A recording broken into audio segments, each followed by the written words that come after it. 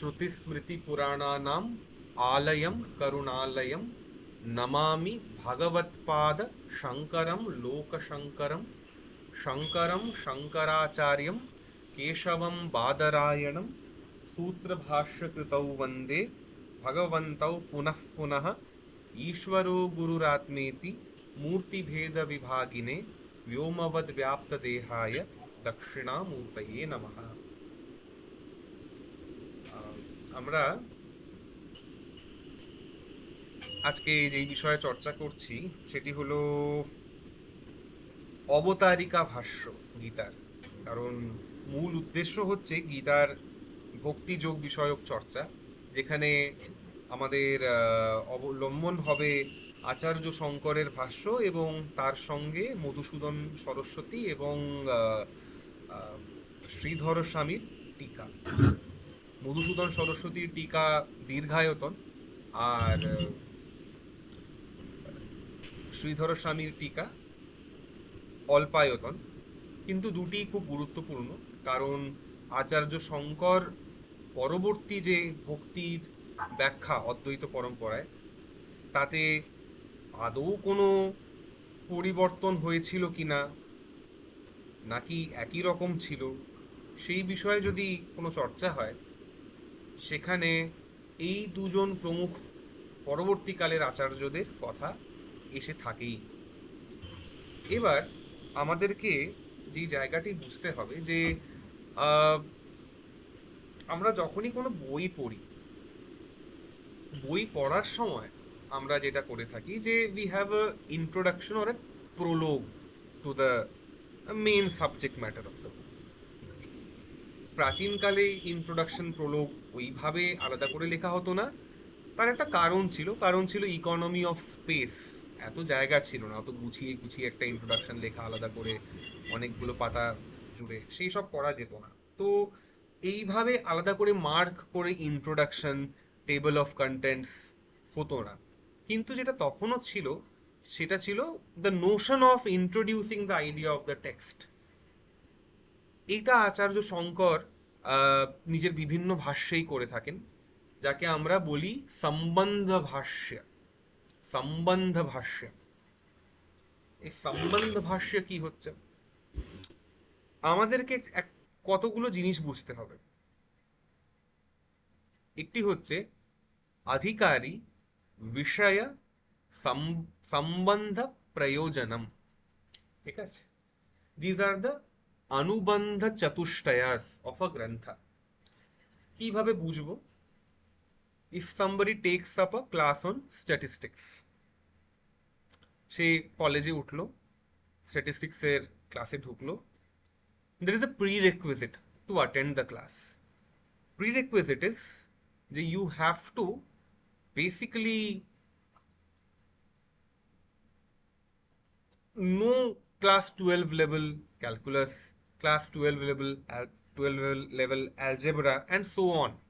These are the prerequisites to attend the first year ancillary course on statistics. এইটুকু minimum না জানলেই নয়। এবার this is the adhikaritvam, the eligibility for you to attend that statistics class. In the same way, I'm not going to attend any class just for the sake of it. I need to know the subject matter of that class. এই subject ম্যাটারটা তাহলে কি সেই ক্লাসের? That is the course deliverables.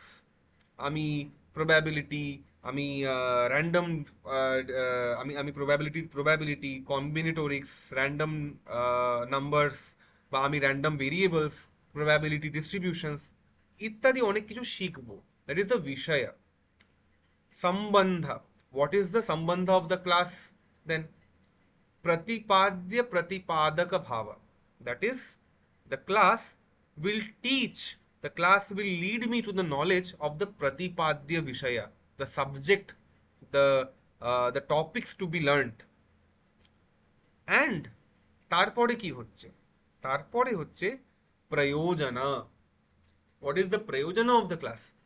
প্রয়োজনা is you will attain the knowledge of, আমরা কি কি শিখে যাব? আমরা তখন শিখে যাব probability, combinatorics, random variables and so on and so forth. That is the prayojan. প্রয়োজন যদি না বলি তাহলে কি সমস্যা হবে? প্রয়োজনম অনুদ্দেশ্যে মন্দোপি না প্রবর্ততে। দ্যাট ইজ, কোনো মন্দবুদ্ধি ব্যক্তিও যদি কোনো কার্যের প্রয়োজন না জানে তাহলে তার সেই কার্যে প্রবৃত্তি হয় না। তাই মন্দোপি না প্রবর্ততে। Such a mandabuddhi ব্যক্তি also does not engage in any activity without knowing what it leads to. করে না। তো এবার যখন আমরা গীতা পড়ছি, গীতার ক্ষেত্রে আমি আগেই বললাম একটি কথা, মানে রেকর্ডিং এ সেটা নেই, আমি একবার আবারও বলছি যে যখন আমরা গীতার কোনো পারম্পরিক পাঠ করি, সংকল্প করে করলাম বা অন্যান্য কোনোভাবে করলাম, সেখানে আমরা একটি শ্লোক পাই, বলা হচ্ছে শ্রীমদ্ ভগবদ গীতাসু উপনিষৎসু। প্রত্যেকটি অধ্যায় শেষ হচ্ছে তারপরে এরকম একটা সেন্টেন্স, একটি বাক্য আসে, শ্রীমদ্ ভগবদ গীতাসু উপনিষৎসু ব্রহ্ম বিদ্যায়াম যোগ শাস্ত্রে। সো কতগুলি কথা আসলো, এর মধ্যে কি কি কি হিন্ট পাচ্ছি? ব্রহ্ম বিদ্যায়াম। তো গীতা আমাকে দেবেন কি? ব্রহ্মবিদ্যা, আমাকে আমার স্বরূপ জ্ঞান করিয়ে দিতে পারেন। It is a valid means of knowledge to know about my স্বরূপা। বেদান্তের এটি একটি অত্যন্ত গুরুত্বপূর্ণ জায়গা, to understand the notion of প্রমাণ। প্রমাণ বলতে কি বলছি? যেমন আমার চক্ষুর ইন্দ্রিয় কোনো জিনিসের রূপকে জানার জন্য প্রমাণ, এবং আমি নাক দিয়ে কোনো জিনিসের রূপকে জানতে পারছি না, শুধু চোখ দিয়ে জানতে পারছি। তো চোখ is a unique thing which leads to the knowledge of the color and other things. সেটা কান দিয়ে হবে না, স্পর্শ করলেও হবে না, and so on. এবার ঠিক সেইভাবেই কিছু এমন বিষয় আছে যেটা প্রত্যক্ষ প্রমাণের আওতার বাইরে। বলবার বক্তব্য এই, যে যদি আমি বলি যে যজ্ঞ করলে স্বর্গলাভ হয়, জব করলে সিদ্ধি হয়, এইটা অবজারভেশনাল নয়। You can't observe this things in a scientific set up, number one. Number two, এটা তুমি ইনফারেন্সও করতে পারবে না, এর ইনফারেন্সও হবে না, অনুমানও করা যায় না। তো প্রত্যক্ষ এবং অনুমান প্রমাণের, কারণ স্বর্গলোক তো কেউ দেখতে যাচ্ছে না। মানে যদি তুমি এরকমটাই বলো যে না, আজ থেকে 100 বছর আগে অবধি যারা যারা যজ্ঞ করেছেন তারা তারা সবাই স্বর্গ গেছেন, তাই 101 নম্বর ব্যক্তি যে যজ্ঞ করবে সেও স্বর্গে যাবে, যদি কেউ এটা বলে, তাহলে যে সমস্যাটা আসছে যে have you seen those 100 people going to স্বর্গা? হ্যাভ ইউ সিন স্বর্গা ইয়োরসেলফ? নো। তাহলে তোমার এই অনুমানটাও খাটলো না ওখানে, এরকম ইনফারেন্স করাটা হবে না। You can't basically say that, you can't go, and in fact you can't go by the principle of mathematical induction also, যে আচ্ছা ঠিক আছে, আমি 100 জন গেছে তো 101 জন, 101 নম্বর ব্যক্তিও চলে যাবে, এতে স্বর্গলোকে ইন্দ্রপদ লাভ করবে বা what ever. The point is যে যখনই এই জিনিসটি হচ্ছে, আমার আরেকটি স্বতন্ত্র সোর্স অফ নলেজের প্রয়োজন, উইচ ইজ শাস্ত্র। শাস্ত্রের কাজ কি হচ্ছে? অতীন্দ্রিয় বিষয়ের ক্ষেত্রে প্রমাণ হিসেবে কাজ করা। So anything like which is অতীন্দ্রিয়া, which cannot be known by the ইন্দ্রিয়াস, বাই পারসেপশন, প্রত্যক্ষ করা যাচ্ছে না বা অনুমানও করা যাচ্ছে না, তা আমাকে জানিয়ে দিচ্ছেন শাস্ত্র। ইয়াজেত স্বর্গ কামহা, বেদে বলা আছে এরকম যে বা একটা এরকম বাক্য বলা হয় যে যে স্বর্গের কামনা করে তার যজ্ঞ করা উচিত। মুক্তির জন্য বলা হচ্ছে নামকে আশ্রয় করা উচিত, পুরাণ ইত্যাদি বলছেন আমাদেরকে। তো this, can you scientifically establish this? You can not. কাজেই একটি স্বতন্ত্র সোর্স আমাকে বলতে হচ্ছে, which is shastra, and it is the domain of the shastra itself. মানে শাস্ত্র এবং প্রমাণের ক্ষেত্রে আরেকটা জিনিস মনে রাখতে হবে, যে ওয়ান প্রমাণা does not enter into the domain of the other প্রমাণা। কাজেই যখন কেউ বলছেন যে বেদাস আর সাইন্টিফিক, বেদে সায়েন্স বলা আছে, that is a great disservice to the বেদা। কারণ বেদের কাজ শুধু, মানে বেদের মূল কাজ হচ্ছে তোমাকে অতীন্দ্রিয় জিনিসের বিষয়ে খবর দেয়া। তার কাজ কিন্তু এই নয় যে অগ্নির যদি কোথাও থাকেও, যে অগ্নি গরম হয় বা অগ্নির স্পর্শে ছ্যাঁকা লাগতে পারে, সেটা যদি বেদে কোথাও বলাও থাকে ধরে নাও, that is not the core function of Veda. The core function of Veda is to tell you about some atindriya vishaya. এবার এটি হলো শাস্ত্রের কথা। সো ইউ হ্যাভ আ শাস্ত্র, দ্য গীতা শাস্ত্র। গীতা শাস্ত্র তোমাকে কি করছেন, তোমাকে মুক্তির পথ বলে দিচ্ছেন। দিস পথ that is being told by the Gita, you cannot scientifically say that okay, this cannot scientifically establish that okay, karma yoga does lead to mukti. It cannot be done. তো তোমাকে এটি শাস্ত্রকে আশ্রয় করতে হচ্ছে। এই শাস্ত্রে একটি বিষয়বস্তু আছে, বিষয়বস্তু হচ্ছে আত্মতত্ত্ব। আত্মতত্ত্ব ইজ দ্য বিষয়বস্তু, সাবজেক্ট ম্যাটার। একে শুনবার অধিকারীকে, এটা হচ্ছে কোয়েশ্চেন। বলা হচ্ছে যার জীবনে একটা মিনিমাল লেভেল অফ শুদ্ধাচার আছে, পবিত্রতা আছে, সেই এই বেদান্ত শ্রবণ করতে পারে। আইডিয়ালি স্পিকিং কি কি হয়, যার মধ্যে সাধন চতুষ্টয় আছে, সম, দম, উপরতি, তিতিক্ষা, শ্রদ্ধা, সমাধান। এটি হচ্ছে সমাধি ষটক সম্পত্তি। এটা একটা হলো, this is a collection of 6 which is just one সাধনা চতুষ্টয়। এছাড়া কি লাগবে, বিবেক, বৈরাগ্য এবং মুমুক্ষা। মুক্তুম ইচ্ছা, মুক্তির ইচ্ছা, মুমুক্ষা। এই মুমুক্ষাটা খুব দরকার। বিবেক দরকার, তুমি নিত্য এবং অনিত্যের মধ্যে ভেদ করতে পারো কিনা। আর কি দরকার, বৈরাগ্য। ইহলোক পরলোক দুই লোকেই যদি তোমার ভোগের আকাঙ্ক্ষা ফুরিয়ে গেছে, তাহলে তাকে বলা হচ্ছে তোমার বৈরাগ্য এসেছে। সো বৈরাগ্য is there, and apart from vairagya you also have uh, viveka and mumuksha and samadhi shatka sampatti. তো এই অধিকারিত্ব, তো adhikari is known, the perfect adhikari who has got all of these things in the fullest measure, এটা হলো অধিকারী। শাস্ত্রের বিষয় হলো আত্মতত্ত্ব। সম্বন্ধ কি হচ্ছে, যে এই আত্মতত্ত্বের প্রতিপাদন করবে এই গ্রন্থ, তো প্রতিপাদ্য প্রতিপাদক ভাব আছে, সম্বন্ধ আছে। আর প্রয়োজন কি হচ্ছে, কি পাবে, ঠিক ঠিক গীতার অনুশীলন করলে কোনো ব্যক্তি আত্মতত্ত্ব লাভ করবে বা আত্মতত্ত্ব জানতে পারবে। এই হচ্ছে এর ফাংশন। এবার এই যে গ্রন্থের ডেলিভারেবলস কি, what is the deliverable of this গ্রন্থ, বিষয়বস্তু কি, তার একটি টিজার দিচ্ছেন আচার্য শঙ্কর। তিনি একটি বিশেষ শ্লোক এখানে কোট করছেন।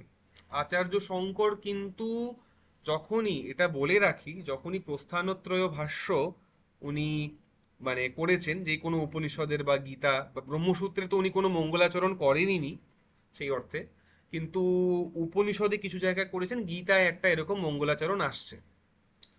এই মঙ্গলাচরণের কাজ কি, what is the function of this মঙ্গলাচরণ। এই মঙ্গলাচরণ বা এই মঙ্গলাচরণ কোত্থেকে আসছে, এখানে একটি বৈষ্ণব মত যেটা বলা হয়, তারা বলছেন যে উনি তো শাক্তদের মতো করে শক্তির মঙ্গলাচরণ করেননি, শৈবদের মতো করেনি, তার মানে উনিও মানে প্রচ্ছন্ন বৈষ্ণব ছিলেন, মনে মনে জানতেন কিন্তু লীলার জন্য মায়াবাদ বিস্তার করেছেন, এরকমটা একটা দাবি করা হয়। যে শঙ্করাচার্য বস্তুত বৈষ্ণব ছিলেন, এবং যেরকম ওরা বলে আর কি, যে শিব লীলা করার জন্য অসুরদেরকে মোহন করার জন্য অদ্বৈতবাদ প্রচার করলেন, কিন্তু ওটা আসল মত নয়, এটা এরকম বলে। বাট দ্য পয়েন্ট ইজ যে এটা শঙ্করাচার্যের নিজের শ্লোকও নয়। প্রথম কথা, he is quoting the Vishnu Purana here. কি বলা হচ্ছে এখানে, বলা হচ্ছে যে নারায়ণ পরো ব্যক্তাৎ अंडम अव्यक्त संभवम अंडस्य अंतः तो इमे लोकाः सप्तद्वीपा च मेदिनी। সো নারায়ণ এই অব্যক্ত, এই যে অব্যক্ত বলা হচ্ছে, এই হোয়াট ইজ দিস অব্যক্ত, এই অব্যক্ত হচ্ছে প্রকৃতি ইন ইটস সাটল ফর্ম। আমি এগুলোর ব্যাখ্যা আস্তে আস্তে পরে করব যখনই প্রয়োজন হবে। But just understand this fact যে প্রকৃতি তো এখনো আছে, দেখছো গাছ বাছ এবং এই এখন অনলাইন মিটিং করছি, this is all the manifestation of প্রকৃতি, বাট প্রকৃতি in it's subtle form, we are talking about that.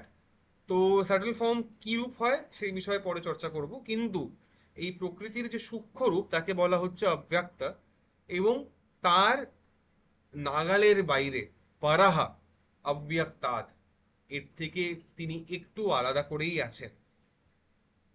অন্ডম অব্যক্ত সম্ভবম, এই যে অন্ড বা ব্রহ্মাণ্ড, এই অব্যক্তের মধ্যেই, এই অব্যক্তের আওতায় পড়ে বা এই অব্যক্তের মধ্যেই বাস করে, এই অব্যক্তের প্রোডাক্ট হচ্ছে এই ব্রহ্মাণ্ড।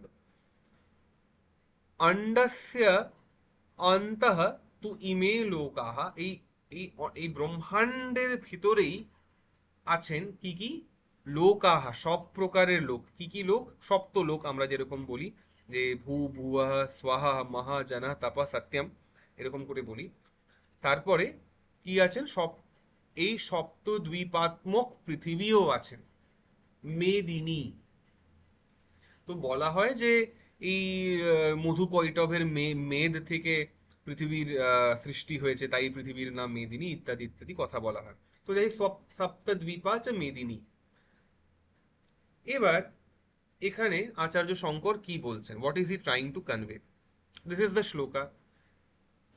প্রথম কথা, আচার্য শঙ্কর এখানে নারায়ণ বলতে কি বোঝাচ্ছেন উনি খুব একটা কিছু বলেননি। দেখো, উনি কিন্তু বৈষ্ণবরা যেইভাবে একটা ব্যাখ্যা করে থাকেন সাধারণত, যে এই দেখো নারায়ণ বলে দিলেন, তো হ্যাঁ, he has quoted this verse, that is true, from Vishnu Purana, but does he look at Narayana as some special person located in some special loka? Is he indicating that anywhere in the uh, bhashya or anywhere in his writings? No, he does not do that. মানে যেটা বৈষ্ণব মুক্তি, সেটা কি রকম হয়? শালুক্য, সারূপ্য ইত্যাদি ইত্যাদি, রাইট? ইটস ইদার স্পেশিয়াল মুক্তি or mukti in terms of sarup, in terms of looks, appearance, বা সার্ষ্টি ইত্যাদি ইত্যাদি। তো it is not that kind of a thing. মানে আমরা অদ্বৈত বৈদান্তিকরা কিন্তু ওইভাবে মুক্তিকে দেখছেন না, প্রথম কথা। মানে শালোক্য তো বলছেনই না অদ্বৈত বেদান্তিক, কারণ শালোক্য হতে পারে তুমি তোমার ইষ্ট দেবতার লোকে পৌঁছে গেলেন, but that is not the goal to reach a certain special place. অদ্বৈত বেদান্তির আদর্শ হচ্ছে জীবন মুক্তি, মুক্তি হিয়ার অ্যান্ড নাও। তাই যদি হয় তাহলে একটি স্পেশাল লোকে একজন স্পেশাল কেউ বসে আছেন, সেইটি খুব একটা কনসার্ন নয়। অদ্বৈত বেদান্তি রাইটার কিন্তু মানে এটা একে খণ্ডন করছে না এই কথাটাকে, কিন্তু they are looking at something different than a spatially located space, a special being located in some special place. So Narayana, this Narayana is who? This Narayana is Brahman, the Nirguna Nirvikara Brahman itself. এইভাবে দেখা যেতে পারে।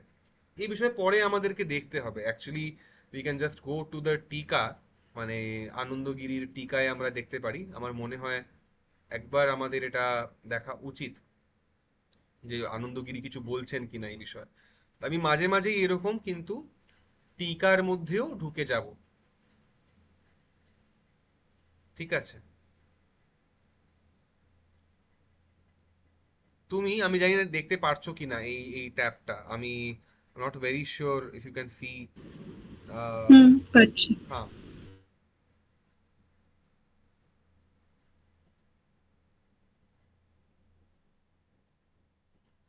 দেখো নারায়ণের ব্যাখ্যা এখানে আনন্দগিরি যিনি টিকাকার তিনি কি সুন্দর করছেন। দেয়ার হি ইজ সেইং যে নর শব্দেন চর অচরাত্মকম শরীর জাতম উচ্যতে। চর অচর যত রকম প্রাণী, তারা, তাদেরকে নর বলা হচ্ছে এখানে। তো not only the biological human male, nara means everything here. तत्र नित्यसन्निहित नित्यसन्निहिताः चिदाभासाः जीवाः नाराः इति निरुच्यन्ते तेषाम् अयनम् आश्रयः नियामकः अन्तर्यामी नारायण इति यम् अधिकृत्य अन्तर्यामी ब्राह्मणं श्रीनारायणाख्यं মন্ত্রামনায়ম চ অধীয়তে। যাই হোক, আমরা যেই বিষয়টা এখানে বলতে চাইছি যে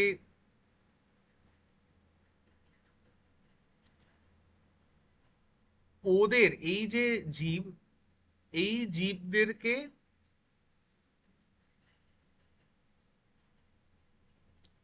বলা হয় নার। এই জীবদেরকে আরেকটা কথা এদেরকে বলা হচ্ছে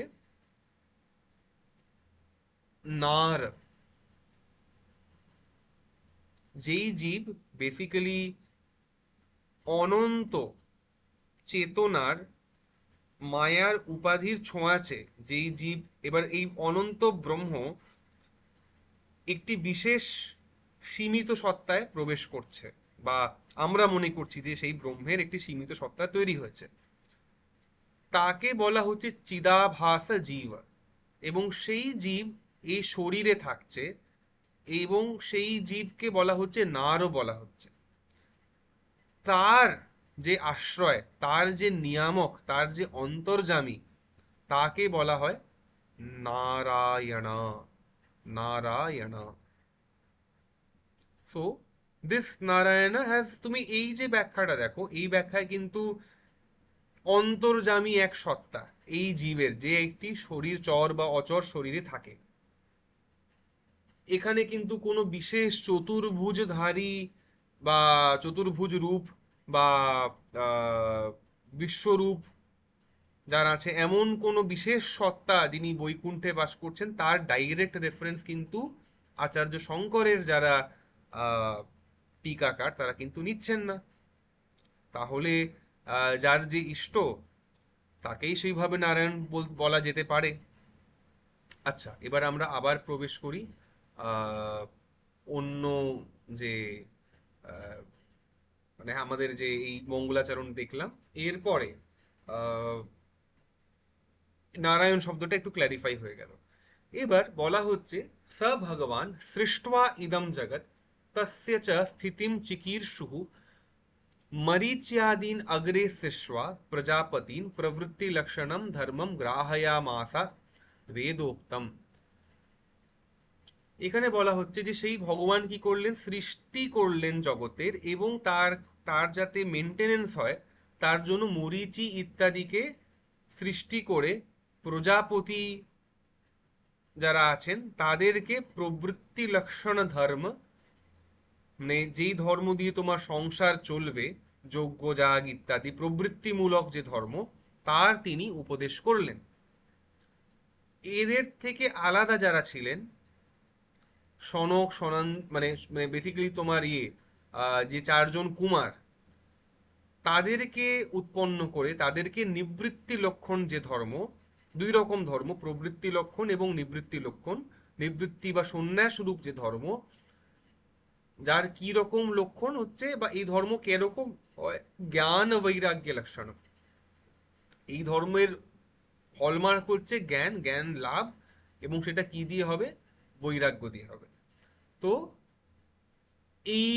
এর শিক্ষা তিনি দিলেন। আচ্ছা,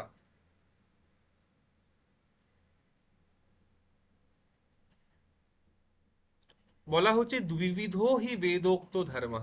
বেদে উক্ত ধর্ম দুই রকম হয়। প্রবৃত্তি লক্ষণ ও নিবৃত্তি লক্ষণস্য জগত স্থিতি কারণম, জগতের স্থিতির কারণ।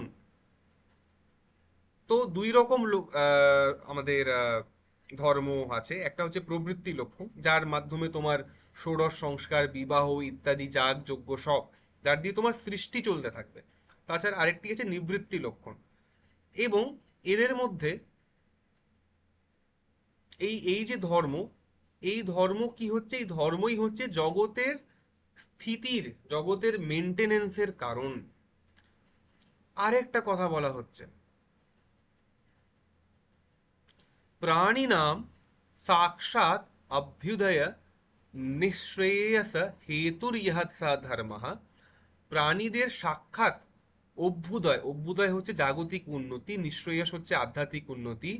তার যে হেতু এই যে ধর্ম, ব্রাহ্মণাদি বর্ণিভিঃ আশ্রমিভিশ্চ শ্রেয়োর্থিভিঃ, তো ব্রাহ্মণ ইত্যাদি যে চতুর্বর্ণ চতুরাশ্রম, এদের মধ্যে যারা নিজের আত্মকল্যাণ চান, শ্রেয় চান, তাদের দ্বারা অনুষ্ঠিত হয়ে এসেছিল দীর্ঘকাল ধরে।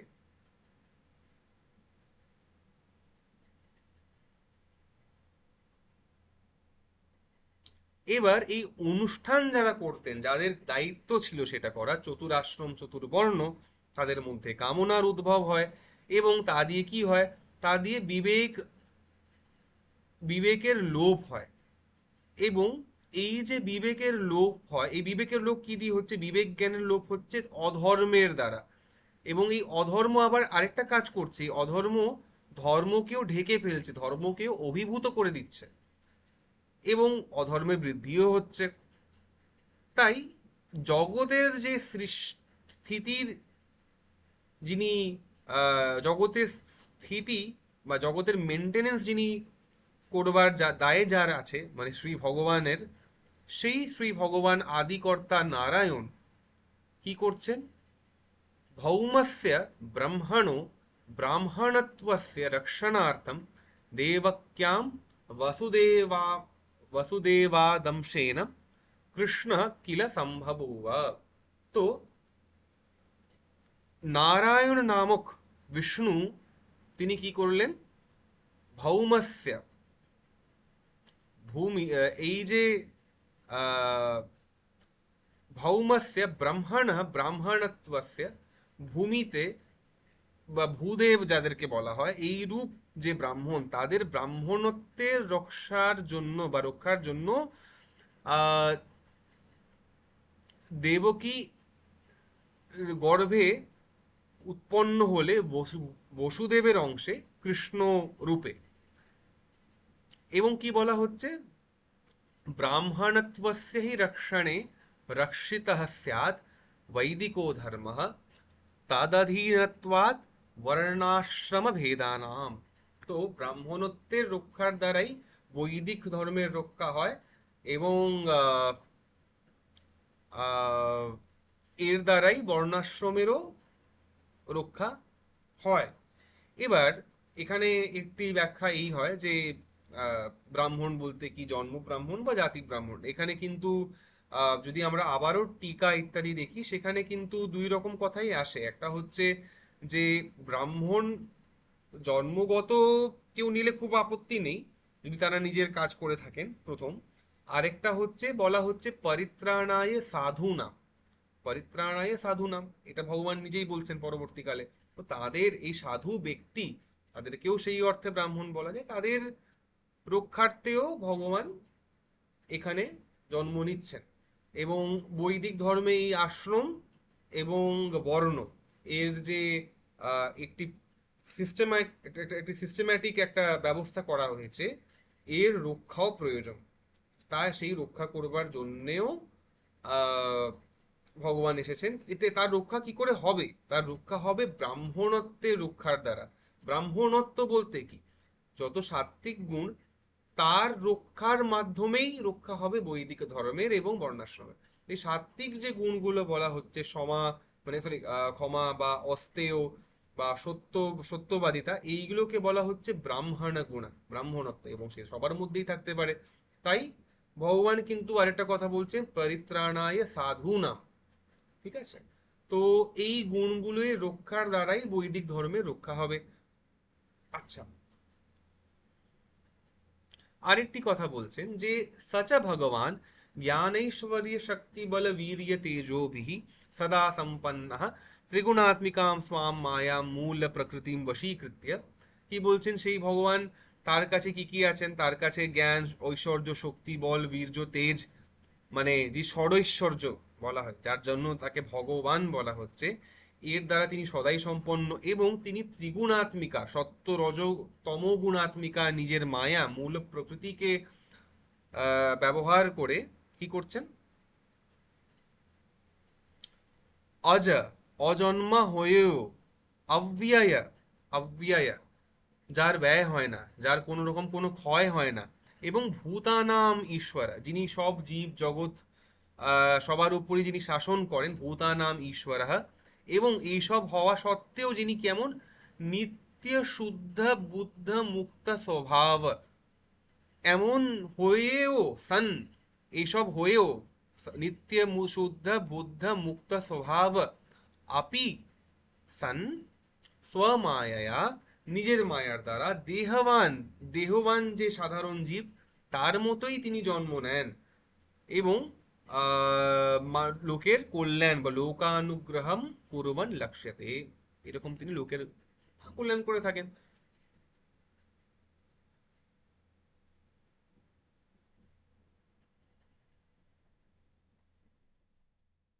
এবার তারপরে বলছেন স্বপ্রয়োজনাভাবেপি ভূতানু জিঘিক্ষয়া বৈদিকম ধর্মদ্বয়ম অর্জুনায় শোকমোহ মহোদধৌ নিমগ্নায় উপদিদেশ। কি বলছেন, যে নিজের তার কোনো প্রয়োজন ছিল না, কিন্তু লোকের কল্যাণের জন্য, এবং যে অর্জুন শোক মোহের মহোদধিতে নিমগ্ন, তাকে এই ধর্মোদ্বয়ের বা প্রবৃত্তি এবং নিবৃত্তি লক্ষণ রূপ যে ধর্ম, তার তিনি উপদেশ দিলেন। এবার কি বলছে, যে গুণাধিকৈর হি गृहीतो गृहीतः अनुष्ठीयमानः च धर्मः प्रचयं गमिष्यति तं धर्मं भगवता यथोपदिष्टं वेदव्यासः सर्वज्ञो भगवान् गीताख्यैः सप्तभिः श्लोकशतैः উপনিবন্ধ। তো কি হলো, যে তারপরে নিজের মধ্যে যেই গুণের আধিক্য সেই হিসেবেই প্রবৃত্তি বা নিবৃত্তি রূপ ধর্মের আচরণ করবে মানুষ ভবিষ্যতে, এবং সেই ধর্মের যে উপদেশ ভগবান করলেন, সেটিকেই বেদব্যাস নামক সর্বজ্ঞ ঋষি ভগবান তিনি গীতা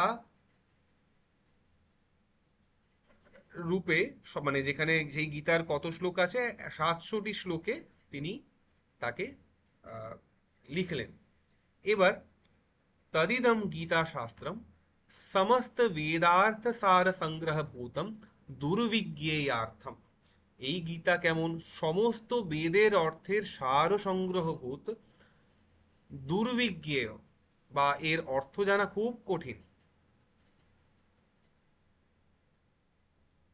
তাই কি করছেন, তদ अर्थ आविष्करणाय अनेकैः विवृत पदपदार्थवाक्यार्थानाम् अपि अत्यन्तविरुद्धानेकार्थत्वेन लौकिकैः गृह्यमाणम् उपलभ्य अहं विवेकतः অর্থনির্ধারণার্থম সংক্ষেপতঃ বিবরণম করিষ্যামি।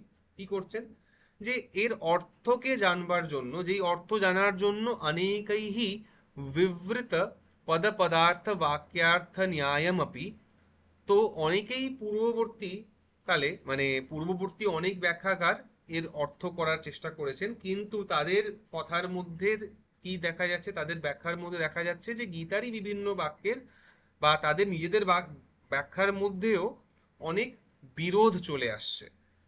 তো সেটিকে দূর করবার জন্য আমি নিজের বিবেককে প্রয়োগ করে এর অর্থ নির্ধারণ করবার জন্য এর সংক্ষেপে ব্যাখ্যা করছি। তারপরে কি বলছেন, তারপরে বলছেন तस्य अस्य गीताशास्त्रस्य संक्षेपतः प्रयोजनं परं निःश्रेयसं सहेतुकस्य संसारस्य अत्यन्तोपरमलक्षणम् तच्च सर्वकर्मसन्न्यासपूर्वक पूर्वकात् आत्मज्ञाननिष्ठारूपा धर्मात् भवति। তো এই গীতার যে প্রয়োজন হচ্ছে, সেটি হচ্ছে নিঃশ্রেয়স লাভ। এই সেই নিঃশ্রেয়স কি করে লাভ হবে, সংসার থেকে অত্যন্ত উপরতি, এইভাবেই এই গীতার মানে এইভাবেই এই নিঃশ্রেয়স লাভ হবে, বা সংসারের থেকে অসঙ্গ হয়ে তা কি করে হবে, সে তখন হবে যখন সব কর্ম ত্যাগ করে পুরোপুরি জ্ঞান নিষ্ঠায় যখন মানুষ এস্টাবলিশড হবে, তখন এই জিনিসটা সম্ভব, এই নিঃশ্রেয়স লাভ, এই আধ্যাত্মিক ফাইনাল গোলটি লাভ করা সম্ভব। এবং এই গীতারই তথা ইমম এব গীতার্থম ধর্মম উদ্দেশ্য ভগবতা এব উক্তম, ভগবান এই ধর্মেরই কথা বলেছেন গীতায়। কি কি বলেছেন? সহি ধর্ম সুপর্যাপ্ত ব্রহ্মণ পদবেদনে, সেই ধর্মই পর্যাপ্ত, সেই ধর্মই আর কি। এই এই কথাটা কিন্তু ভগবত গীতায় নেই, পাইতে হবে এই কথাটি আছে অনুগীতায়। অনুগীতায় অশ্বমেধ পর্বে আছে।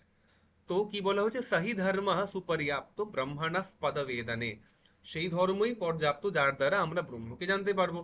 ওখানেই বলছেন তত্রৈব চ উক্তম তত্রৈব চোক্তম নৈব ধর্মী না চাধর্মী না চৈব হি শুভাশুভি, না ধর্ম না অধর্ম, মানে মানে মানে জীবের বস্তুত যে স্বরূপ সেটি কি হচ্ছে, সে ধর্মীয় নয়, অধর্মীয় নয়, শুভ নয়, অশুভও নয়।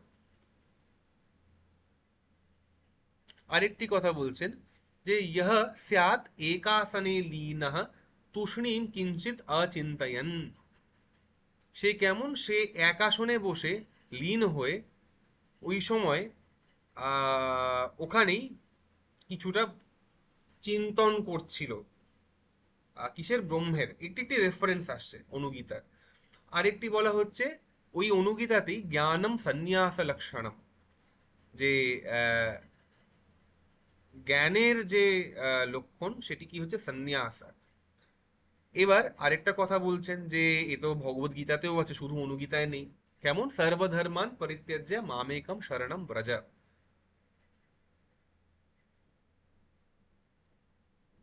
এবার বলছেন যে তাহলে বাকি কর্মের কি হবে?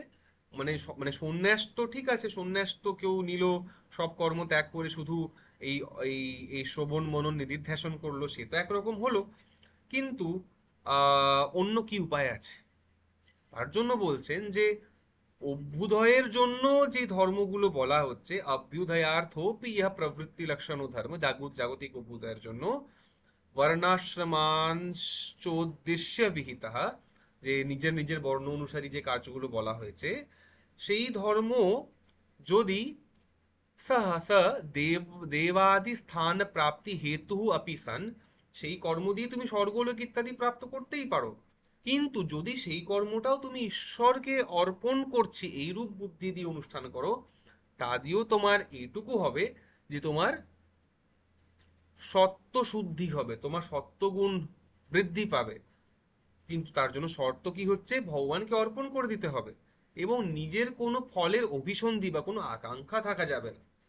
শুদ্ধ সত্ত্বস্য চ জ্ঞাননিষ্ঠা योग्यत्वा प्राप्तिद्वारेण ज्ञानोत्पत्ति हेतुत्वेन च निःश्रेयस हेतुत्वम अपि प्रतिपद्यते। তো এই যে শুদ্ধ সত্য তোমার লাভ হচ্ছে,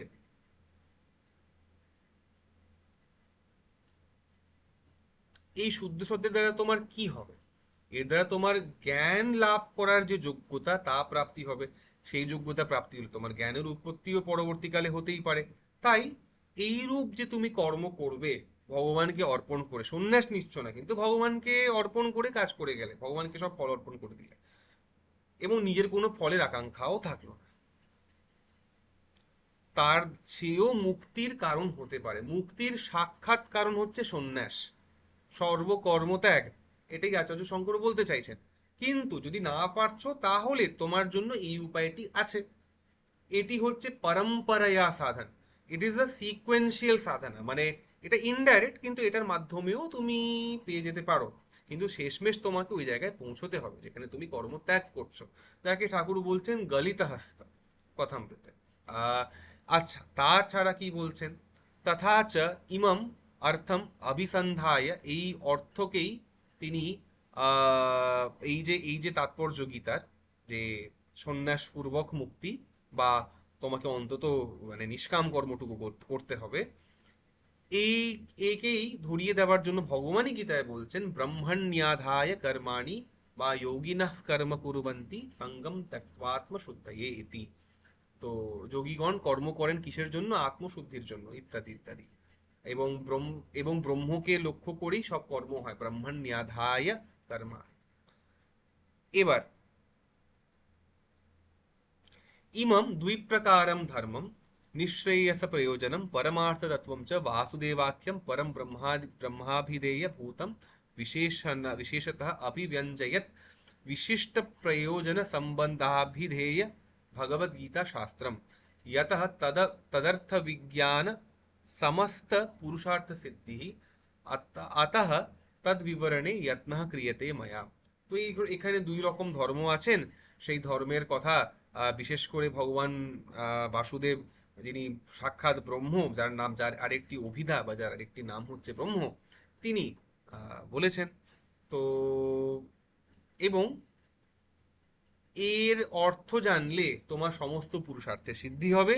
তাই তার বিবরণ করবার জন্য আমি এই যত্নটি আমার দ্বারা করা হচ্ছে। This is in passive voice, আমরা যাকে বলি কর্তৃবাচ্য, সরি কর্মবাচ্য, ইয়াত্তাহ ক্রিয়াতে মায়া, এটা তিনি বলছেন। তো মোটামুটি একটা ভিশন আমরা কিন্তু পেয়ে গেলাম। এবং খুব মানে অদ্ভুত ব্যাপার যে পূজ্যপাদ স্বামী রঙ্গনাথানন্দজি তিনিও যখন এই অংশের ব্যাখ্যা করছেন, মানে তিনি যখন গীতার তিনি ব্যাখ্যা করেছেন, তখন কিন্তু এই বিশেষ অংশের শঙ্কর ভাষ্যের তার চর্চাটি অনেকক্ষণ থেমে থেকেছে। তিনি আহ, এই যে তিনি অল্প অল্প শঙ্কর ভাষ্য ছুঁয়ে গেছেন তার পুরো ব্যাখ্যায়, কিন্তু বিশেষ করে তিনি যেই বিশেষ স্থলে খুব বেশি মনোনিবেশ করেছেন এবং ব্যাখ্যার সময়, সেটি হলো এই সম্বন্ধ ভাষ্য। সম্বন্ধ ভাষ্য মানে তুমি গ্রন্থের বিষয়ে তুমি কিছুটা জানতে পারছো, যে গ্রন্থের বিষয়বস্তু কি কি দেখতে চলছো, টিজার পেয়ে গেলে একটা। এটা আচার্য শঙ্করেরও একটা হাইলাইট। তিনি যে কোনো যখন ব্যাখ্যা শুরু করছেন, তার আগে কিন্তু ওই গ্রন্থের মূল বিষয়বস্তুর উপরে একটা খুব সুন্দর ব্যাখ্যান করে দিচ্ছেন। তারপরে আমরা গ্রন্থের মধ্যে প্রবেশ করছি।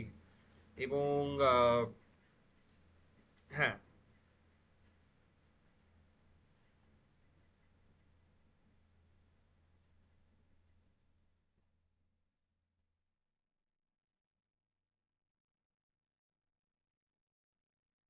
হ্যাঁ। এবং এই যে আচার্য শঙ্করের ভাষ্য, এর আমরা একটা জিনিস বুঝতে পারলাম, যে এখানে কিন্তু জ্ঞান ও পরখ ভক্তির কথা বলা হবে। আহ, বা এমন ভক্তির কথা বলা হবে যা জ্ঞানের সঙ্গে সমার্থক। একটা এইরকম অর্থ হবে, আর একটা হবে চিত্তশুদ্ধির কারণ।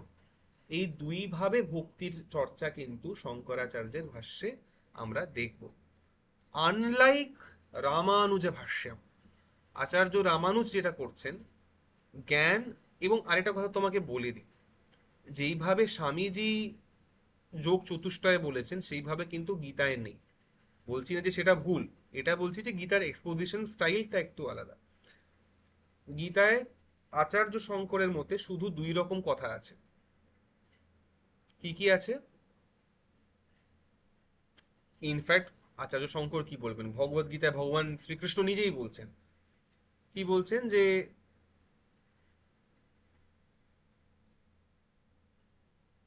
এই লোকে দুই রকম নিষ্ঠা আমরা দেখি, জ্ঞান যোগেন সাংখ্যানাম, কর্ম যোগেন যোগিনাম।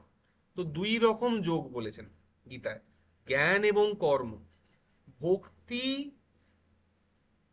যার জন্য আচার্য শঙ্কর বলছেন যে ভক্তির যে ক্রিয়াগুলি, এই যে আমরা বলি অর্চনম, বন্দনম ইত্যাদি যে ক্রিয়াগুলো আছে নবধা ভক্তির, সখ্যম আত্ম নিবেদনম, এরকম একটি শ্লোক আছে।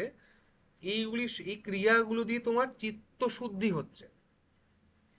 এবং যাকে বলা হচ্ছে ভক্তিতে ভজ সেবায়াম, পাণিনি বলছেন ভজ সেবায়াম, এই ভজ সেবায়াম, এই যে ইষ্টের সেবা, এর মাধ্যমেও চিত্তশুদ্ধি হচ্ছে। পরবর্তীকালে কি হচ্ছে, পরবর্তীকালে as नारद भक्ति सूत्र से सा तु अस्मिन परम प्रेम रूपा, এর মধ্যে अस्मिन এতৎ, তো এর মধ্যে পরম প্রেম যে হয়, তাকে বলা হচ্ছে ভক্তি, ভক্তির লক্ষণ।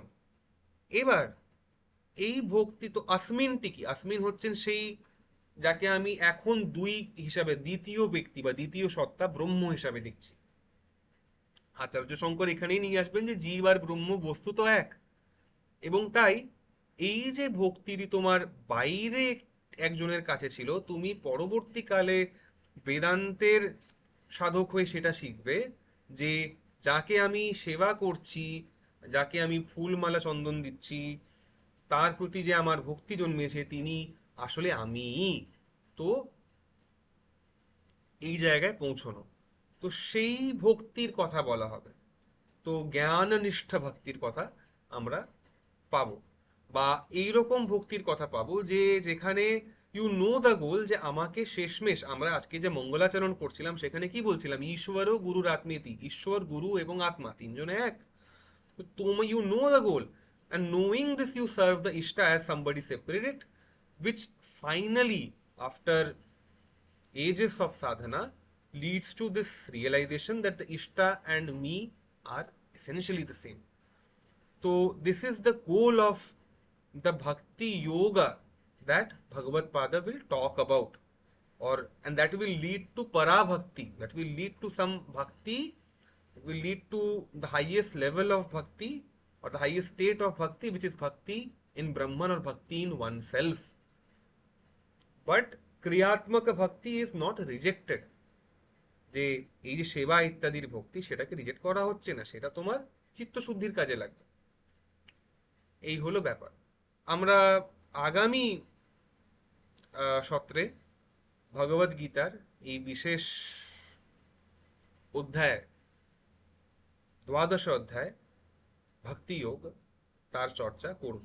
তখন আমরা আমাদেরকে কয়েকটা জিনিস দেখতে হবে। প্রথম হচ্ছে কিছু ব্যাক রেফারেন্স আসবে টু প্রিভিয়াস অধ্যায়াস, সেগুলি দেখতে হবে মাঝে মাঝে, মানে আমাদেরকে ভাষ্যের কিছু অন্য অংশে প্রবেশ করতে হবে, তার কিছু কথা বলবো, এবং আবার আমরা ভক্তিযোগের প্রবেশ করব।